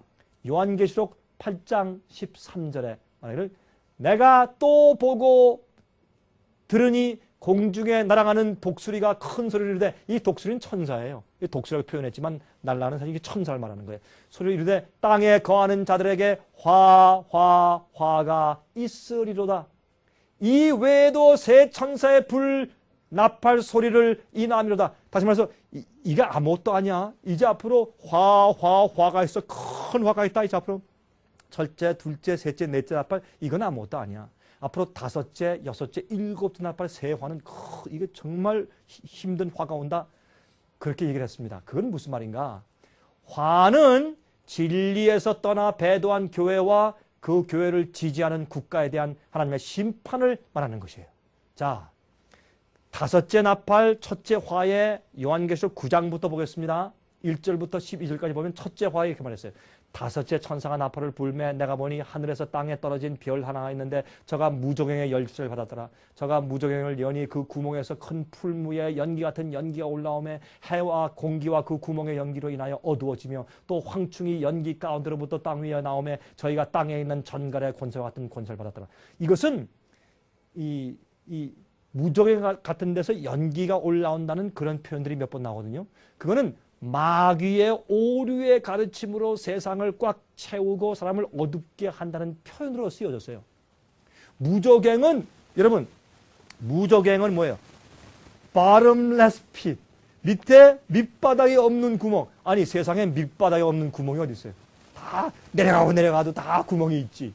제가 옛날에 들은 그 얘기가 있는데 그 저기 우리 그 어릴 때 그런 농담들 했잖아요. 우리가 합천 해인사. 그런데 우리 수학여행 갈 때 합천 해인사에 가면은 거기에 가면 화장실에 가면 너무 깊어가지고 거기 가서 소변을 봐도 떨어지는 소리가 안 들린다. 너무 바닥이 없이 깊기 때문에 내려가서 떨어지는 소리가 안 들린다. 뭐 그런 농담들이 옛날에 우리 어릴 때 있었어요. 마찬가지로 이건 저 밑에 바닥이 없는 구멍 이거는 상징적인 얘기일 수밖에 없어요. 그리고 이건 뭐예요? 하나님의 말씀은 뭐예요? 반석이요, 기초요, 그렇죠? 바닥이 있어요. 분명한 기초에 우리 집을 세요. 교회는 진리의 터요, 기둥이다. 그렇죠? 진리 성경 말씀은 기둥 위에 주의 말씀 위에 있지만 마귀의 말은 기초가 있어요, 없어요? 기초 없어요. 그래서 마귀의 오류의 가르침은 뭐예요? 밑에 바닥이 없는 무저갱이라 그런 뜻이라 그렇게 표현했단 말이에요, 성경에서는. 그러니까 성경에 기초가 없단 말이에요. 진리에 기초가 없으니까 그냥 빠지는 기초가 없는 거짓 허위라고 말해요. 그러므로 거기에서 뭐가 올라오는데 올라오는 나중에 사람들이 어떻게 황충 메뚜기처럼 땅 위에 올라오는데요. 전갈의 권세처럼 전갈은 쏘죠. 사람을 아프게 쏘는 이게 군대예요. 그래서 이걸 나중에 보면 이게 뭐냐면 이슬람 군대 출현을 상징했어요. 이슬람 군대 출현을. 그래서 보세요. 그들이 땅에 풀이나 푸른 것이나 각종 수목은 해하지 말고 오직 이마에 하나님의 입맞지 아니한 사람들만 해하라. 참 이상해요. 그 당시 말이죠. 여러분 나중에 이제 이 그들이 나중에 이 로마 나라를 동로말 쳐서 공격하고 괴롭히는데 죽이지는 못하게 하시고 5달 동안 괴롭게만 하시게 엄청나게 괴롭혔어요. 실제 역사 가운데서. 그런데 전갈이 사람을 괴롭게 하는 것처럼 그렇게 괴롭혔어요. 재밌는 것은요. 여기 읽고 하십시다. 그날엔 사람들이 죽기를 구하여도 얻지 못하고 죽고 싶으라 죽음이 저를 피하리로다. 황충들의 모양은 전쟁을 위하여 예비한 말들 같고 그 머리에 금 같은 면류관 비슷한 것을 썼으며 그 얼굴은 사람의 얼굴 같고 또 여자의 머리털 같은 머리털이 있고 그 이는 사자의 이 같으며 철 흉갑 같은 흉갑이 있고 그 날개들의 소리는 병거와 많은 말들이 전장으로 달려가는 소리 같으며 이게 무슨 말이에요? 여러분이 이 이슬람 모슬렘 군대가 말이죠. 이슬람 군대가 전쟁을 나갈 때는 어떻게 하는 줄 아세요? 금 같은 면류관이 있어요. 여러분 이슬람 군대가 이 머리에 뭘 써요? 터반. 이렇게 수건 두른 것처럼 이렇게 된 거 쓰고 다니잖아요. 근데 그걸 특별히 군인들은 말이죠. 특별히 금 색깔 많이 썼어요. 보니까 금 면류관 다 쓴 것 같아. 그 말을 타고 막 달려가는데 말들이 전장으로 막 달려가는데 말이죠. 어떻게 그 여자의 머리털 같은 머리털 있어요. 그들이 이 머리를 땄어요. 뱅기 딴 것처럼 길게 따가지고 머리를 쭉 따고서 보니까 요한이 계시 가운데 보니까 저다 다 여자 머리를 가지고 있네. 이렇게 본 거예요. 그래서 이슬람 군대가 달려가는 그런 광경을 설명했어요. 자, 이슬람 세력의 등장인데 아부바칼 장군의 명령 가운데 이런 장군이 있어요. 너희가 가다가 그 명령을 자세히 설명하면 간단히 설명하면 이런 설명. 너희가 가다가 함부로 남의 집에 들어가서 열매를 따거나 가축을 죽이거나 사람 죽이거나 하지 말아라. 양민들 건드리지 말아라. 그런데 너희가 저기 이렇게 한적한 곳에 가서 이런 수도원을 지어놓고 나서 먹이를 빡빡 갖고 사는 사람들이 있다. 그 사람들은 전부 쳐서 죽여라. 그게 뭔지 아세요? 그 당시에 로만 캐톨릭 교회의 수도승들은 만나면 다 죽였어요. 그런데요, 진실한 그리스도인들은 건드리지 말라 그랬어요. 이마에 하나님의 인받은 사람들은 건드리지 말라 하더라. 하나님께서 이슬람 이슬람 군대가 공격해 올 때 로마, 동로마 지역에 살고 있던 많은 그리스도인을 하나님께서 보호하셨어요. 자, 이건 좀 기계 설명될 시간이 없어요. 오케이? 그러므로 7 나팔 때 5째 나팔은 말이죠. 5달 동안 괴롭힌다. 그 말은 여러분 좀 어려우실 거예요. 자, 빨리 지나가지만 아 그렇구나 하는 힌트만 얻고 지나가셔도 돼요. 오늘 밤은 5달 동안 할 때 5달은 성경에서 어떤 기간을 상징할 때는 하루는 얼마예요? 1년. 5달이니까 성경에서 한 달은 30일이니까 3, 5, 15 해서 5달은 150일. 그러니까 몇 년? 150년 동안 괴롭혔어요.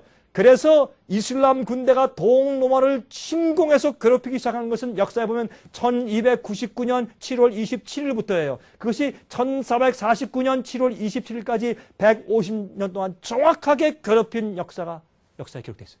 그래서 약 150년 동안 괴롭힌 그런 역사를 5달 동안 괴롭히더라 그렇게 말씀했는데 그 어떻게 해요?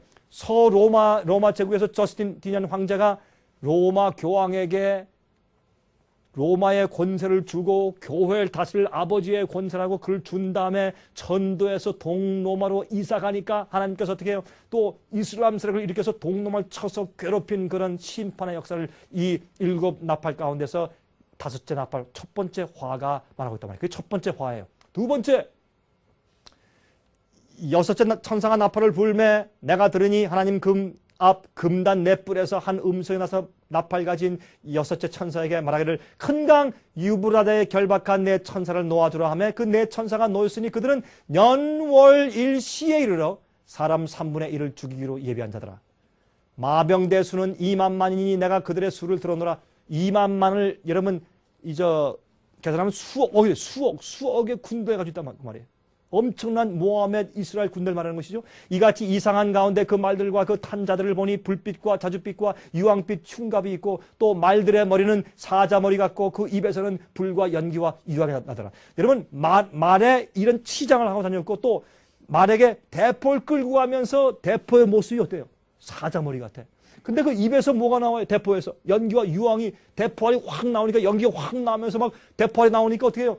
입에서 불과 연기와 유황이 막 나오는 것처럼 느껴졌어요.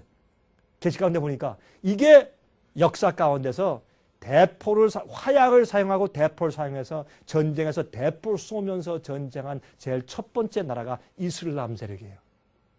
이슬람 세력이 그렇게 로마를 치고 공격하면서 대포를 사용하면서 어떻게 해요? 입에서 불과 연기 같은 것이 막 나오는 그런 전쟁 상황을 계시 가운데 보았단 말이에요. 사도 요한이. 그런데 왜 그를 어떻게 또 하느냐? 연월일시에. 근데 유프라데스 강에 있는 천사들이 놓여진다. 이 천사들은 꼭 하늘의 천사보다 이슬람 그 세력의 사자들, 족장들이에요. 근데 이 족장들이 그거는 어떤 임무를 맡을 자들이니까 연월일시, 이 어려우실 거예요. 그래 잘 들으세요. 연월일시 하는 것은 연은 1년 아니에요. 1년은 며칠이에요? 성경적으로 360일. 월은 며칠이에요? 30일. 360 더하기 30 하면 얼마예요? 390. 지금 피곤하시니까 그것도 지금 계산이 잘 안 되시죠? 이해해요. 여러분 지금 피곤하시니까 아마 잘 머리가 안 들어가실 거예요. 그 다음에 일은, 하루는 몇 년이에요? 1년. 그러면 391년. 또 하루가 1년이면 1시간을 1년을 갖다가 24수로 나눠보세요. 며칠이에요? 15일. 예, 15일. 그래서 연월일시는 어떻게 해요? 그거는 391년 15일이다. 이것은 두 번째 화는 391년 15일 동안 굉장히 괴롭힐 것이야. 이것은 오토만 터키 제국이 다스릴 기간입니다. 동로마 제국을 완전히 제어했어요. 이 391년 15일 동안. 그래서 그 당시에 터키 제국하면 현재 미국 같다. 지금은 미국이죠. 옛날엔 터키가 세계에서 제일 강한 국가였어요. 역사에서 알지 않습니까? 터키. 그래서 토이기. 그런데 그게 언제냐면 보세요. 5달 동안 150년 동안 치고 괴롭힌 그 기간이 끝난 다음에 그게 1449년도 7월 27일 날 150년 동안 괴롭힌 기간이 끝났어요. 그때부터 391년 15일 동안 오토만 터키가 세상을 지배하고 로마를 지배했어요. 로마가 거의 꼼짝 못했어요. 그러면 이 391년 15일이 동안 괴롭히는 그 일이 또 있을 것이다. 150년만 아니다. 그 이후에 391년 15일 동안 오토만 터키가 이 유프라테스 강 주위에 있던 이슬람 세력이 한 제국을 만들어서 다스리는 때가 온다. 이렇게 예언한 거예요. 이게. 그런데 그게 언제냐?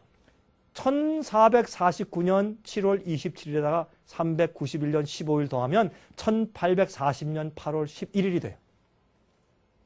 그렇게 딱 떨어져요. 예언 가운데서. 그러니까 미국에 조시아 리치 목사님이 있었는데 그 사람이 옛날에 침례교회 목사님이었어요. 조시아 리치 목사님이 침례교회 목사님이 여기 침례교회 다니는 분들 계세요? 침례교회 다니는 분들. 침례교회에 여러분들 과거에 이렇게 훌륭한 목사님이 있었어요. 조시아 리치 목사님이 예언을 했는데 대담한 예언을 했어요. 이 일곱 나팔 예언을 연구하다가 이거 봐라. 여섯째 나팔 공부해보니까 이게 딱 떨어지네. 이 숫자가. 그래가지고 그가 1848년도에 이 예언을 했어요. 오토만 그 당시에 미국처럼 강력한 국가인 오토만 터키가 오토만 제국이 망하는 날을 알아낸다. 성경에 예언되어 있다. 큰 소리를 쳤어요. 그러니까 말이죠. 옛날에 젠틀맨스 클럽 이 신사구락부라고 미국에 많이 있었어요. 그 신사구락부에 있는 신사들이 신문에 내서 그랬어요. 비웃으면서 저 아무것도 모르는 조시아 리치 목사 한 사람이 아니 이 강력한 이 터키 나라가 멸망한 나를 예언한다. 저 말도 안 되는 얘기 하고 있나고 비웃으면서 하는 얘기를 만약 조시아 리치 목사요. 당신의 예언이 정말 그렇게 정확하게 이루어진다면 그날부터 우리는 성경을 믿고 회개하고 우린 교회 가겠어. 그렇게 약속을 했어요. 신문에. 근데 요즘 그 당시엔요. 남아일은 뭐예요? 중천금이에요. 요즘엔 남아일은 팬이도 안 돼요. 저는.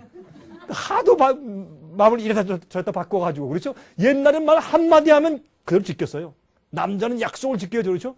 그래서 그 사람들이 아마 그때 사람들 얘기가 약 한 2,000명에서 3,000명 된다 그랬어요.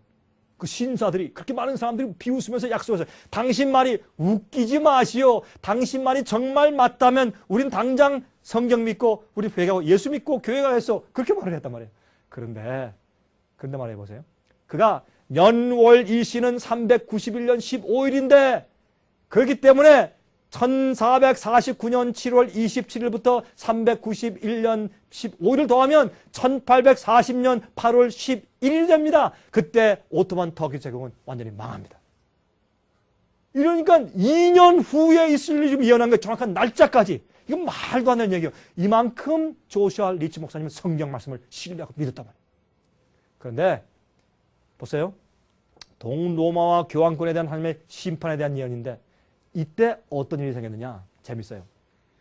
1840년이 되어오자 8월 이때 어떤 일이 있었느냐면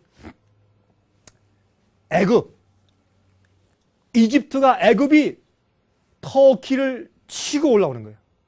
애굽이 군대가 점점 커지고 좀 부해지면서 터키를 치고 올라와요. 그런데 이 유럽에서 그 당시에 프러시아니 그다음에 또 이태리는 옛날 전신이 이태리 있었고 이런 나라들이 이게 옛날에 있던 그 구라파 나라들이 가만히 보니까 애굽이 지금 터키가 이슬람 국가인데 애굽도 이슬람 세력이 세잖아요. 그러니 애굽이 쳐서 터키를 이겨버리면은 그게 나중에 어떤 의미에서 남쪽에 있는 이슬람 세력하고 북쪽에 있는 이슬람 세력이 더 커져버리는 그런 것이 되니까 애굽 가만히 있어 하지 말아라. 이렇게 말할 때 그때 터키가 겁을 먹고 나중에 점점 쇠약하면서 겁을 먹고서 애굽이 쳐들어오면 큰일 나겠다. 그래가지고 할 수 없이 그렇게 391년 이상 그렇게 완전히 세력을 가지고 있던 터키 나라가 고개를 돌려가지고 유럽 연합한테 우리 좀 살려주시오. 우리가 더 이상 이제 세상에 가장 큰 세력 안 되겠으니까 제발 우리 좀 살려주고 도와주시오 하고 그렇게 도움을 요청했어요. 그러니까 유럽의 대표가 애굽을 내려갔어요. 애굽을 내려갈 때 애굽을 내려가서 가다가 이 지중해 배를 타고 가는데 풍랑이 불어가지고 한 3일 동안 지체됐어요. 지체돼서 그가 도착해서 알렉산드리아에 도착해가지고 그 사신이 가가지고 그 애굽 왕과 그 정부 앞에서 당신들 만약 터키를 치면 당신들 우리가 가만 안 두겠어? 치지 마시오. 할 때 애굽이 알겠습니다 하고 굴복하고, 그때에 오토만 터키 제국이 이제 어떻게 해요? 그죠? 유럽에게 당신들한테 우리가 이제 굴복하겠소 라고 백기를 들었던 날이 1840년 8월 11일이에요. 신문에 났어요, 이게. 그러니까 미국에 있던 그 신사구락부의 사람들이 어떻게 했어요? 깜짝 놀래. 세상에 이런 일이 어딨냐. 이게 세상에 있을 수 없는 일인데, 아니 조슈아 리치 목사 그걸 어떻게 알았지 도대체? 어떻게, 그것도 말이에요. 3일만 일찍 도착했어도 될 텐데 풍랑이 불어가지고 도착한 날이 8월 11일이야 또. 그 두 손 다 들었어요. 아이고, 이 성경이 보통 책이 아니야. 우리 이제 예수 믿겠어, 성경 믿겠어 하고 그들이 교회 가기 시작했어요. 이런 일이 생겼어요. 어디에 근거해서? 일곱 나팔 예언에 근거해서. 예? 자, 그러므로 하나님께서 동로마와 교황권에 대한 하나님의 심판을 말씀하시는 것인데, 보세요. 일곱째 나팔, 이제부터 중요하죠. 이제부터 보세요. 일곱째 나팔 때는 무엇인가? 배도한 교회, 미국과 교황권을 지지하는 세력, 미국에 대한 하나님의 심판이에요. 보세요. 옛날에 타락한 교회 교황권을 세워주고 도와주고 지지하고 돈을 주고 군사력을 주고 한 로마를 주님께서, 하나님께서 다른 세력들을 일으켜서 채찍질하고 심판하고 치신 것이 일곱 나팔 예언인데, 둘째 화가 말고 세 번째 화가 오는데 그게 지금이라면 지금. 우리가 이 사는 시대에는 어떤 일이 생겨요? 교황권이 죽었던 상처를 받고 죽었다가 다시 부활해서 점점 올라오니까 그 부활해서 올라오는 세력을 뒤에서 밀어주고 세상에서 제일 높은 세력으로 세워주는 일을 누가 하는가 하면 미국이 하고 있다. 미국에는 특별히 개신교회가 뭘 하고 있어요? 교황권을 떠받들어서 이렇게 해줘요. 교황권의 핍박에 도망해서 와서 세운 미국이 교황권을 초청해서 100만 명씩 가서 손뼉을 치고 환영하잖아요. 그렇잖아요? 그럴 때에 하나님께서 미국과 교황권을 하나님께서 채찍질 하시는데, 벌을 주시는데 무엇으로? 첫째와 둘째 화 때 누굴 통해서 했냐면 이슬람 세력을 통해서 했단 말이에요. 지금도 누굴 통해서 하세요? 이슬람을 통해서 하신단 말이에요. 그러니까 이게 우연이 아니요. 제가 첫 번에 말씀드렸죠. 하나님께서 우주를 만드실 때 정확하게 디자인하고 설계해서 만들었어요. 꽃도 정확하게 디자인돼서, 인간도 이 모든 거 보세요. 얼마나 정확하게 디자인했어요. 성경 말씀도 정확하게 설계하고 디자인하신 대로 흘러가요. 이런 것이 우연한 것이 아니기 때문에 이렇게 될 것이라고 예언해 주셨어요. 우린 이것을 볼 때 어떻게 돼요? 야, 때가 되었다. 이렇게 깨어나야 돼요. 우린 예언을 이해하고. 지금, 그때가 되었구나. 이렇게. 그래서 보세요. 우린 지금 여기에 와 있는 거예요. 이 화살표가 밑에는 잘 그려져 있네요. 바로 다 여기 끝에 와 있어요. 이렇게. 지금 다 왔어요. 다 왔는데, 제가요, 이제 시간이 다 됐기 때문에 제가 이젠 정말 더 줄여야 돼. 여러분 이해하십시오. 요한계시록 11장 15절부터 19절까지 보시면은 세 번째 화, 일곱 번째 나팔, 세 번째 화 얘기가 나와요. 이건 마지막이에요. 이건 끝이에요. 지금 우리가 살고 있는 시대를 설명하는데 보세요. 그때 어떤 일이 생기나 보세요. 일곱째 천사가 나팔 부는데 세상 나라가 우리 주와 그 그리스도의 나라가 되어 예수님이 이 지구상을 다시 회복하시는 때가 돼요. 언제? 지금, 앞으로. 그런데 보세요. 그때 어떤 일이 있는 줄 아세요? 여보세요. 이 마지막 시대 이방 나라들이 분노해요. Nations are angry. 각 나라마다 분노해요. 여러분 좀 가보세요. 제가요 여행을 다닐 때마다 아프리카, 유럽, 동구, 서구, 남미, 미국, 이거는 나라마다 얼마나 분유하고 미워하고 싸우고 분쟁이 많고, 정말 Nations are angry. 이 나라들이 분노한 시대에 살고 있어요. 또 주의 진노가 임하여 죽은 자를 심판하세요. 심판이 죽은 자들부터 시작해요. 심판은 아담과 해와부터 시작하는 것이에요. 여러분 제가 내일 저녁에 오시면 제가 아주 흥미있고 여러분들이 그렇구나 마음이 시원하고 깨닫는 아주 중요한 또 예언을 또 하나 말씀드릴 것이네요. 네. 죽은 자들부터 심판이 시작돼요. 예수 믿으면 심판이 다 지나갔잖아요. 아니요. 주님께서 말씀하시고 내가 너희가 행한 대로 갚아줄 것이라고 했잖아요.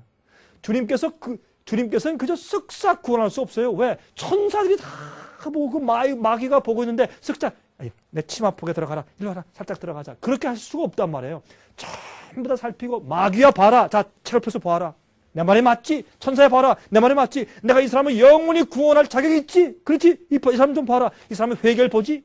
이 사람이 정말 내 앞에 굴복한 것을 보느냐? 이렇게 하나하나 책을 펴서 보여주시는 것이 심판이에요. 근데 누구부터? 죽은 자부터 시작해서 심판이 시작되고 보세요. 또 땅을 망하게 하는 자들을 멸망시킬 때예요. 지금까지 우리가 사는 시대 이전까지는요. 인간이 우리의 힘으로 이 지구를 멸망시킬 수가 없었어요. 그렇죠? 근데 지금은 뭐예요? 원자폭탄, 수소폭탄. 우리가 인간들이 지금 만들어 놓은 이런 폭탄으로 이 지구를 30번 멸망시키고 남아요. 지구를 30번 파괴시키고도 남을 만한 그런 무기를 우리가 가지고 있어요. 그러니까 지금 우리가 사는 이 시대만은 어떤 때예요? 땅을 망하게 하는 자들. 땅을 망하게 하는 자들이 진짜 있는 시대로 우리가 살고 있단 말이에요. 그런데 이런 무력으로도 폭탄으로 망해야 하지만 또 하나 오류로 세상을 부패케 하는 자들도 멸망시킬 때예요. 예? 그때 하나님의 성전이 열리니 성전 안에 하나님의 언약궤가 보이며 뭐예요? 지성소 시대예요. 언약궤가 보인다. 이게 무슨 뜻인가? 이게 중요한 얘기가 들어있어요. 내일 설명을 드릴게요. 자, 요한계시록 18장 1절부터 5절까지 보시면 그러므로 어떻게 해요? 여기 보세요. 내 백성아 거기서 나오라. 왜? 바벨론이 귀신에 쳐서 각종 더러운 영이 모이는 각종 더럽고 가증한 새가 모이는 것이 되었다. 그 교회의 잘못된 오류의 가르침으로 그 진노의 포도주로 만국이 무너졌어요. 땅의 왕들이 음행했고 땅의 상군들이 사체 세력으로 치부했어요. 이 세상의 나라들이 교회의 잘못된 가르침 때문에 이 세상이 엄청나게 부패하고 술 취한 것처럼 되어버리는 그런 상태를 설명하고 있어요. 자, 그리고 보십시다. 나중에 하나님께서 어떻게 해요? 보세요. 그러므로 하루 동안에 그 재앙들이 이르리니 곧 사망과 애통과 흉년이라. 그가 또한 불에 살라지리라. 그를 심판하신 주 하나님은 강하신 자신이라. 마지막 시대 하나님께서 타락한 교회와 이 세상을 심판하시고 불태우시는 것을 설명하고 있어요. 그래서 나중에 바벨론이 일시간에 심판을 받지 않습니까? 심판하는 얘기가 있어요. 그래서 7번째 나팔 시대는 하나님께서 심판하신 얘기가 나와요. 마지막 세상 전체를 심판하세요. 그리고 지금 우리 7번째 나팔 시대에 살고 있는 것이에요. 자, 이것을 좀 빨리 지나가야 돼요. 그래서 첫째, 둘째 화 때 하나님께서 이슬람 세력을 일으켜서 교황권과 그를 지지하는 로마 제국을 심판했어요. 자, 이제 결론을 짓습니다. 이제 몇 분 남았으니까 여러분 이제 정신을 집중하세요. 이게 이제 결론이에요. 첫째와 둘째 화 때는 교황권과 교황권을 세워주고 지지했던 로마 제국을 주님께서 다른 나라를 일으켜서 심판하시고 치셨어요. 그런데 마지막에 7번째 나팔 셋째 화는 다시 교황권을 지지하는 국가인 미국이 이슬람의 세력에게 괴롭힘을 받기 시작했어요. 그것이 무엇입니까? 9.11이에요. 9.11은 뭘 선포하는 거예요? 그 아기를 품고 있다가 이슬람 세력 첫째 화와 둘째 화에 동로마를 치고 해서 어려움을 주었던 언제까지? 1840년도까지 지금부터 약 한 거의 160년 전에까지 했다가 한동안 쉬고 있다가 첫째와 둘째 화가 지나간 다음에 한 160년 이후에 갑자기 뭐가 생겨요? 이슬람 세력이 또 일어나더니 어떻게 해요? 미국을 치기 시작해요. 이건 우리한테 뭘 알려주는 것이에요? 셋째 화 시대가 되었다라는 걸 알려주는 거예요. 그러니까 우리가 이 성경 예언을 알면 우리가 어떻게 해야 돼요? 때가 되었네. 날 정결케 하고 준비할 때가 되었구나. 이렇게 해야 되는데 9.12 사태가 나도 와 미국에서 와 무슨 또 도망가자. 그렇게만 했지 이게 성경 예언에 무엇을 말하는지 교인들이 모르고 지나가 버렸단 말이에요. 그렇잖아요? 왜요? 예언을 모르니까. 예언을 모르니까. 이락 전쟁 다 그런 얘기예요. 첫 번째, 여러분 계시록 13장에 두 짐승이 나오죠. 두 번째 짐승이 뭐예요? 양 같은 짐승이 올라온다 그랬어요. 땅에서 올라온다 그랬어요. 양 같은 짐승인데 미국의 이 들소가 새끼일 때는 꼭 양 같아. 들소 새끼는 꼭 양 같아. 그래서 계시록에 보니까 새끼 양 같은 짐승인데 두 뿔이 있다. 이게 뭐예요? 두 뿔이 있는데 땅에서 올라온다. 그러니까 새끼 양 같아요. 새끼 양은 예수님을 상징해. 기독교 정신을 가지고 올라온 나라. 그런데 혹시 모르지만은 요한이 보았을 때 미국을 상징하는 짐승을 보았을 때 들소 새끼를 본 것은 아닐까요? 왜 새끼 양 같아? 들소 새끼는 꼭 양 같죠? 들소 새끼. 그래서 이 정말 새끼 양 같은 짐승인 미국이 올라왔는데 자유의 나라가 되었지만 그러나 자유의 나라로 올라왔지만 미국과 교황권은 손을 잡기 시작했어요. 여러분 절대로 그런 일이 있을 수 없었는데 로널드 레이건 대통령 때 어떻게 했어요? 윌리엄 대사를 갖다가 교황권에 보내면서 바티칸에 보내면서 정식 수교를 했어요. 그때부터 미국과 교황권은 손을 잡고 하나가 되기 시작했어요. 여러분 기억하세요? 1960년대에 존 F. 케네디 대통령, 유명한 케네디 대통령은 천주교인이었어요. 그러나 그가 워싱턴 DC에 와가지고 나는 천주교인이지만은 나는 교황의 말을 안 들을 겁니다. 그렇게 연설을 해가지고 당선되었어요. 대통령이. 우리 부시 대통령님은 어떻게 했느냐? 나는 침례교인이지만은 나는 교황의 말을 순종할 것이다. 그래서 당선됐어요. 얼마나 아이러니컬해요? 예? 요즘에 미국에서는요, 천주교인들의 파워가 아니면 당선이 안 돼. 정치가들이. 그렇게 달라졌어요, 세상이. 그러므로 이럴 때 하나님께서 어떻게, 여기 보세요. 공산주의가 넘어간 것은 왜 넘어갔느냐? 타임즈가 설명했어요. 미국 대통령과 교황이 Holy Alliance, 거룩한 신성 동맹을 해서 공산주의를 무너뜨렸다. 이렇게 했어요. 그래서 어떻게 해요? 마지막 시대 교황권을 지지하는 뒤에 큰 대우석이 누구예요? 미국이에요. 옛날엔 누구였어요? 로마였어요. 지금은 누구예요? 미국이에요. 하나님께서 어떻게 해요? 이슬람의 테러, 자살 폭탄 테러. 여러분 자기가 죽으면서 터뜨리는데 그걸 어떻게 무슨 수로 막을 거예요? 예? 저기서 쏜다든지 뭐 던지면 막을 수 있을지 몰라도 자기가 몰래 이렇게 옷을 입고 그 안에 폭탄 감축이 들어와서 자기도 죽고 남도 죽이는데 그걸 어떻게 막겠어요, 그거를? 예? 이게 문제예요. 그래서 미국이 큰 고통을 당하기 시작했어요. 이게 뭐예요? 세 번째 화가 실행되고 있는 거예요. 이게 무슨 말이에요? 아, 예수님 오실 때가 되었구나. 그렇게 한 거예요. 이 전쟁을 보세요. 지금은 무슨 전쟁이에요? 테러를 향한 전쟁이에요. 테러주 눈에 어딘지 몰라. 눈에 보이지 않는 전쟁이 테러를 위한 전쟁이니까 전 세계를 향한 전쟁이에요. 천연제 굉장하죠. 요즘에 더 이상 설명드릴 필요 없어요. 다니는 곳마다 사람들이 온난화 현상 때문에 너무나 이상하다. 세상에 이럴 수가 있느냐. 예? 눈이 안 오던 곳에 눈이 와요. 춥던 곳에 더 이상 눈이 안 와요.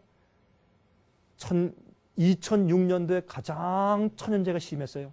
올해 2007년도에는 작년보다 훨씬 더 심할 것이라 그래요. 이게 무슨 말이에요?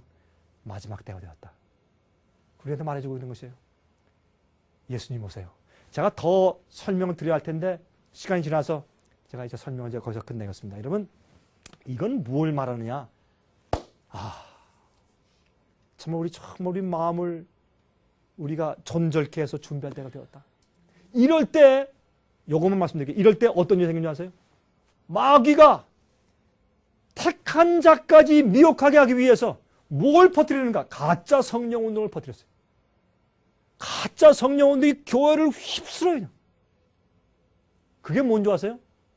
성령이 임한 것 같아 눈에 보니까 굉장한 능력이 생기고 병 고침이 생기고 난리가 나고 방언을 하고 막 큰 능력이 생기고 막 굉장해. 막 기도할 땐 교회가 떠나가듯이 막 기도하고 굉장한 것 같은데 흥분과 감정을 자아내긴 하지만은 그러나 그것은 진짜 성령이 아니에요. 지금 이때는 어떻게 해요? 조용히 보세요. 물론 성경에 마가복음의 끝에 보면 예수님께서 이제 내가 너에게 성령을 주면은 사람들이 뱀을 집어도 죽지 않고 독을 마셔도 죽지 않고 방언을 할 것이라는 말씀이 나와요. 그러나 예수님 당시에 초대교회 복음을 전파할 때 그런 일이 있었기 때문에 마귀는 어떻게 그것을 흉내내. 지금은 마귀가 너무나 많이 가짜 성령을 흉내내고 있기 때문에 주님께서는 조용하게 그 일보다 뭘 하시는가? 성령으로 그 사람의 성품을 변화시켜 조용하게 회개케 하시고 성품을 변하게 하시고 성령의 열매, 온유와 희락과 화평과 겸손과 그렇죠? 형제 우애와 절제와 이런 것들 성령의 열매를 조용히 맺게 이렇게 할 때 주님께서 인친 다음에 나중에 능력을 주세요. 그 나중에 성령의 능력은 나중에 와. 성령의 열매와 주님께 바친 나의 성품의 변화가 생기기 전에 능력을 줘버리면 그 능력으로 뭘 위해서요? 자기를 위해서요. 그래서요. 사람들이 내 성령이 더 커. 아니야, 네 성령이 커. 내 성령이 더 커. 네가 방언자, 난 방언 2가지 해. 성령의 은사 받는 사람이 싸움을 더 잘해. 더 교만하고. 성령을 받았다는 것 때문에 저 목사가 이 목사보다 성령을 더 받았대. 저기 갑시다. 교회가 갈라져. 그게 성령이 아니에요. 성령은 조용하게 지금 우리를 변화시키고 예수님의 성품을 담게 하고 주께서 오실 때 그 앞에 설 수 있도록 우리 성품을 준비시키는 역사를 지금 하고 있어요. 나중에 큰 앞으로 영적인 전쟁이 생길 때 성령의 능력이 와요. 예? 그러므로 이때는 어떤 때인가? 3번째 화요. 7번째 나팔 시대요. 교회는 뭐예요? 7번째 교회 시대요. 나팔은 7번째 나팔 시대요. 우린 끝이에요. 거기 살고 있는 것이에요. 다니엘 2장 금신상의 맨 마지막 발톱 시대에 살고 있는 것이에요. 그러므로 이 얘기는 우리에게 무엇을 줘야 돼요? 경각심을 줘야 돼요. 주 앞에 더 가까이 나가야 돼요. 십자가를 붙들게 만들어야 돼요. 십자가를 붙들게 만들어야 돼요. 그러므로 참 주님의 성령께서는 마음 가운데 올바른 구원과 영적인 경험을 오늘 밤 주시기를 제가 간절하게 바랍니다. 우리 잠깐 우리 고개 숙여 기도하십니다. 자비하신 하늘에 계신 우리 아버지 감사합니다. 오늘 우리에게 예언을 설명해 주심으로 우리가 어느 때에 살고 있으며 어떻게 해야 될지를 가르쳐 주심을 감사합니다. 아버지시여, 저희를 도와주시옵소서. 주의 말씀을 이해할 수 있는 영감을 주시옵소서. 주의 뜻대로 살 수 있는 담대한 마음과 믿음을 허락해 주시옵소서. 그리고 이 성경 예언을 이해할 수 있는 지혜를 주시고 다른 사람들에게 이런 말씀을 보여주고 주님의 성품을 닮아 삶으로 가족들과 많은 영혼을 구원할 수 있는 도구가 되게 저희를 도와주시옵소서. 하늘에 계신 아버지시여, 저희 죄를 사해 주시고 저희 성품을 변화시켜 주시고 예수님을 닮은 아름다운 삶을 되게 만들어 주시옵소서. 엄청난 그런 마지막 위기들이 폭풍처럼 몰려올 때에 주님 안에서 날개 아래 보호함 받게 인침받는 백성 되게 해 주시옵소서. 예수 그리스도의 거룩하신 이름으로 간절하게 기도합니다. 아멘. 은혜 많이 받으셨습니까? 생애의 빛은 각종 미디어, 즉 출판물, 텔레비전, 비디오, 오디오 카세트 테이프, DVD, CD, 그리고 웹사이트를 통하여 복음을 전하는 미디어 선교 기관입니다. 생애의 빛에서 이루어지는 선교 사업을 크게 5가지로 나누어 소개하면 다음과 같습니다. 첫째로 생애의 빛은 가정과 건강과 참된 신앙을 소개하는 월간지 살아남는 이들을 매달 발간하고 있습니다. 가정과 건강 문제뿐만 아니라 참된 신앙과 성경에 나타나 있는 중요한 진리들에 대하여 매달 깊이 있게 다루는 최고의 신앙지입니다. 둘째로 생애의 빛은 미국의 주요 도시에서 텔레비전 선교 방송을 하고 있습니다. 많은 분들은 생애의 빛 선교 방송을 통하여 복음을 발견하고 새로운 생애를 살아가고 있습니다. 셋째로 생애의 빛에서는 우편 통신을 통하여 평신도들의 성경 연구를 도와드리는 성경통신학교를 운영하고 있습니다. 성경에 나타나 있는 중요한 문제들에 대하여 체계 있게 공부하기를 원하시는 분들은 성경 연구 단기 코스와 계시록을 통한 성경 교리 연구, 또한 요한계시록 연구 과목을 신청하시기 바랍니다. 교재 및 모든 비용이 무료인 생애빛 성경 연구 과정을 통하여 복음과 예언 문제를 가장 쉽고 체계 있게 공부하시기 바랍니다. 넷째로 생애빛은 예언 연구를 위하여 특별하게 제작된 비디오 시리즈를 나누어 드리고 있습니다. 성경 구약과 신약의 대표적 예언서인 다니엘서와 요한계시록을 처음부터 마지막까지 자세하게 해설해 드리는 예언 연구 비디오 시리즈를 통하여 많은 분들이 성경과 미래에 대한 새로운 시야를 가지고 살아가게 되었습니다. 마지막 시대의 복음과 비밀이 담겨져 있는 다니엘과 요한계시록 비디오 시리즈를 신청하셔서 새로운 영적 부흥을 체험하시기 바랍니다. 다섯째로 생애의 빛은 강병국 목사님의 예배 설교가 담겨져 있는 비디오와 오디오 테이프, DVD나 CD를 원하는 모든 그리스도인들에게 나누어 드리고 있습니다. 매주 생애의 빛 예배 설교 테이프를 받기 원하시는 분들은 생애의 빛으로 연락하여 신청하여 주시기 바랍니다. 끝으로 생애의 빛 선교 사업에 대해서 좀 더 자세하게 알기 원하시는 분들은 웹사이트 www.sostv.net를 방문하시기 바랍니다. 생애의 빛 웹사이트에는 지금까지 나온 모든 월간지와 비디오 테이프와 텔레비전 방송물들을 누구나 무료로 보실 수 있도록 준비되어 있습니다. 지금까지 소개해드린 생애의 빛 선교 교재들 중에서 원하시는 책자나 테이프 있으시면 무료 전화 1877-704-1004번으로 신청하여 주시기 바랍니다. 미국 동부 시간으로 월요일부터 금요일까지 9시에서 5시 사이에 전화해 주시기 바랍니다. 그럼 다음 시간까지 안녕히 계십시오.